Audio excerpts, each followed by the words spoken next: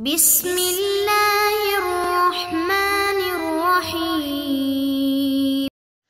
بسم اللہ الرحمن الرحیم۔ عزیز طلبہ اکرام، ہمارا ریاض الصالحین کا سبق نمبر 32 ہے۔ گزشتہ ہمارا سبق باب المراقبہ کے حوالے سے تھا، جس کے اندر مراقبہ کی تعریف پڑھی گئی اور آپ کے سامنے ایک حدیث مبارکہ پڑھی گئی تھی، اور اس کے اندر ہم نے علامت قیامت میں سے ایک علامت پڑھی کہ قرب قیامت باندی اپنے مولا کو جنم دے گی۔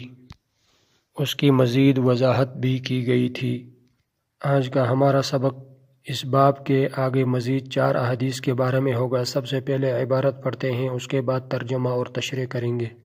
عن ابی ذر جندب بن جنادۃ وابی عبد الرحمن معاذ بن جبل رضی اللہ تعالی عنہما عن رسول اللہ صلی اللہ علیہ وسلم قال اتق اللہ حیثما کنت واتبع السیئۃ الحسنۃ تمحها وخالق الناس بخلق حسن رواه الترمذی۔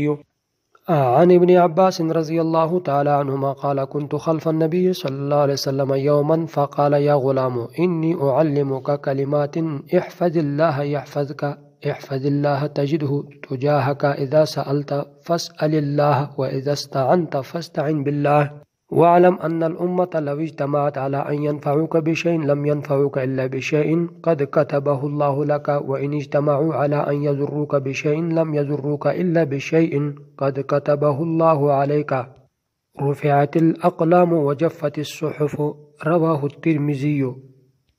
عن انس رضی اللہ تعالی عنہ قال انکم لتعملون اعمالا هي ادق في اعینکم من الشعر كنا نعدها على عهد رسول الله صلی اللہ علیہ وسلم من الموبقات رواه البخاری۔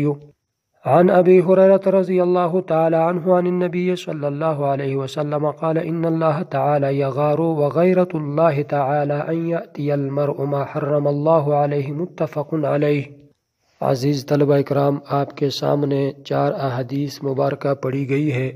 سب سے پہلے ہم عبارت کا ترجمہ کرتے ہیں۔ پہلی روایت کا ترجمہ یعنی حدیث نمبر 61۔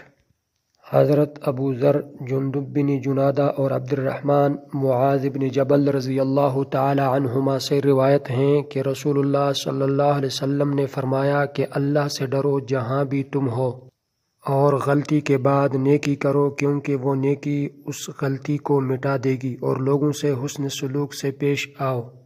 دوسری روایت کا ترجمہ یعنی حدیث نمبر 62۔ حضرت عبداللہ ابن عباس رضی اللہ تعالی عنہما سے روایت ہیں کہ میں ایک دن نبی اکرم صلی اللہ علیہ وسلم کے پیچھے سوار تھا۔ آپ صلی اللہ علیہ وسلم نے فرمایا، اے لڑکے، میں تم کو چند باتیں سکھاتا ہوں۔ نمبر 1، اللہ کے حکم کی حفاظت کرو، وہ تیری حفاظت کرے گا۔ نمبر 2، اللہ تعالیٰ کے حق کی نگہبانی کر، اس کو تو اپنے سامنے پائے گا۔ نمبر 3، جب تو سوال کریں تو اللہ ہی سے سوال کر۔ نمبر 4، جب تو مدد مانگے تو اللہ ہی سے مدد مانگ۔ نمبر 5، اور یقین کر کہ اگر سارے لوگ کسی چیز سے تجھے نفع پہنچانے کے لیے جمع ہو جائیں تو وہ تمہیں کچھ نفع نہیں پہنچا سکتے مگر اتنا جتنا اللہ تعالیٰ نے تیرے لیے لکھ دیا ہو۔ نمبر 6، اگر وہ تمہیں کچھ نقصان پہنچانے کے لیے تمام لوگ جمع ہو جائیں تو تمہیں کچھ بھی نقصان نہیں پہنچا سکیں گے مگر اتنا جتنا اللہ تعالیٰ نے تیرے لیے لکھ دیا ہے۔ قلم اٹھائے جا چکے، صحائف خشک ہو چکے۔ تیسری روایت کا ترجمہ یعنی حدیث نمبر 63۔ حضرت انس رضی اللہ تعالی عنہ سے روایت ہیں کہ اے لوگو، آج کل تم بعض کاموں کو بال سے بھی زیادہ باریک اور حقیر اپنی نگاہوں میں قرار دیتے ہو، مگر ان کاموں کو ہم رسول اللہ صلی اللہ علیہ وسلم کے زمانے میں ہلاکت انگیز کاموں میں شمار کرتے تھے۔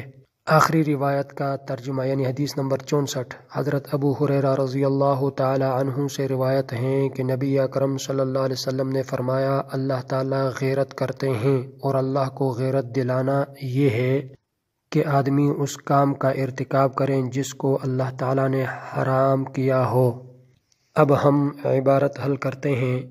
سب سے پہلی روایت کے جو الفاظ ہیں، اتق اللہ حیثما کنت، اس کا مطلب یہ ہے کہ اللہ سے ڈرو جہاں بھی تم ہو۔ اللہ کی ڈر اس وقت حاصل ہوگی کہ اللہ کے اوامر کو کرنے اور مناہی کے ترک کرنے سے۔ حیثما کنت، جس جگہ میں بھی تو ہو، جہاں تو لوگوں کو دیکھیں مگر وہ تم کو نہ دیکھیں۔ اللہ تعالیٰ کے دیکھنے پر اکتفا کرتے ہوئے، اس سے مراقبہ کی طرف اشارہ ہے۔ واتبع یہ امر کا صیغہ ہے، مطلب یہ ہے جب تو کوئی برائی کر بیٹھیں تو اس کے ساتھ نیکی ملا لو، کیونکہ نیکی غلطی کو مٹا دینے والی ہے۔ اس سے یہ مسئلہ ثابت ہوا نیکی برائی کو مٹا دیتی ہے، محافظ فرشتوں کی کتابوں سے اس کو زائل کر دیتی ہے۔ بعض حضرات نے کہا یہ مواخذہ نہ کرنے سے کنایہ ہے، یہ صغیرہ گناہ مراد ہیں، البتہ کبائر گناہوں کے لیے توبہ شرط ہے، پہلے ہم نے باب التوبہ کے اندر پڑھا ہے۔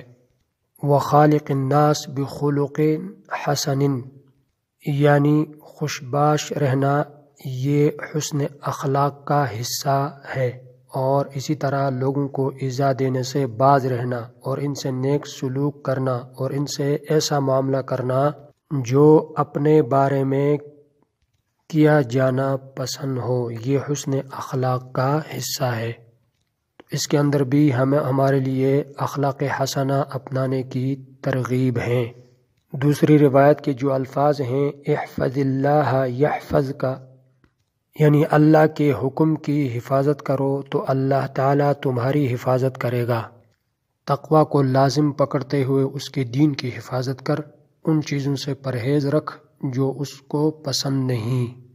تو جاہکا، تو اپنے سامنے پائے گا، اس کا مطلب یہ ہے کہ اپنے ساتھ اللہ کی مدد اور نصرت پائے گا۔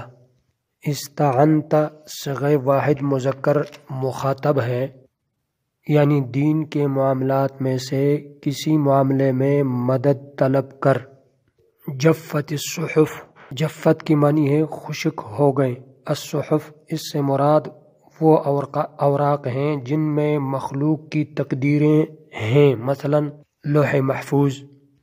اس روایت سے یہ مسئلہ ثابت ہوا اس چیز کا سوال غیر اللہ سے کرنا حرام ہے جس پر سوائے اللہ کے کسی کو قدرت نہ ہو، یعنی ما فوق الاسباب ہو، مثلا رزق، شفا، مغفرت وغیرہ۔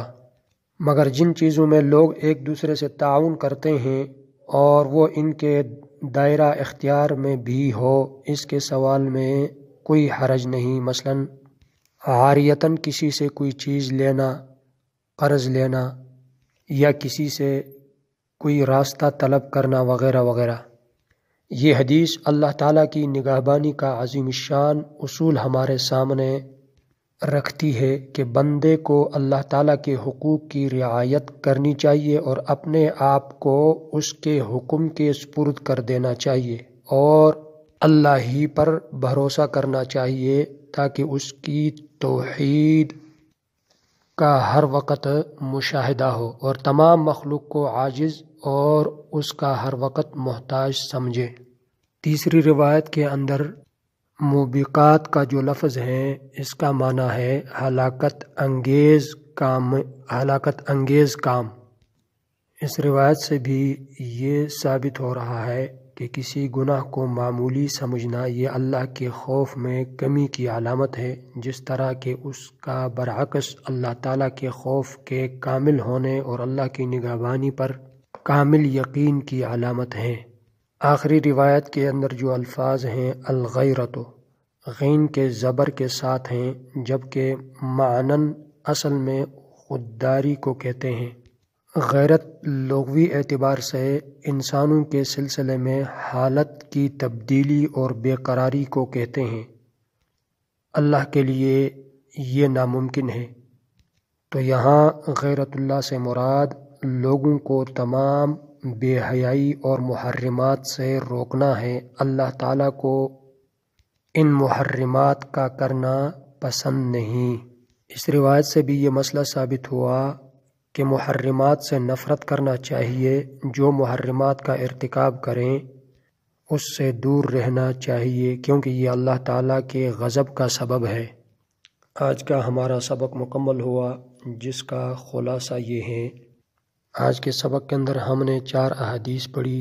سب سے پہلی روایت سے یہ مسئلہ ثابت ہوا کہ ہمیشہ خوشباش رہنا یہ حسن اخلاق کا حصہ ہے۔ دوسری روایت سے یہ مسئلہ ثابت ہوا اس چیز کا سوال غیر اللہ سے کرنا حرام ہے جس پر اللہ کے سوا کسی کو قدرت نہ ہو، یعنی ما فوق الاسباب ہو۔ تیسری روایت سے یہ مسئلہ ثابت ہوا کسی گناہ کو معمولی سمجھنا یہ اللہ کے خوف میں کمی کی علامت ہے، جس طرح کہ اس کا عکس اللہ تعالیٰ کے خوف کے کامل ہونے اور اللہ کی نگہبانی پر کامل یقین کی علامت ہے۔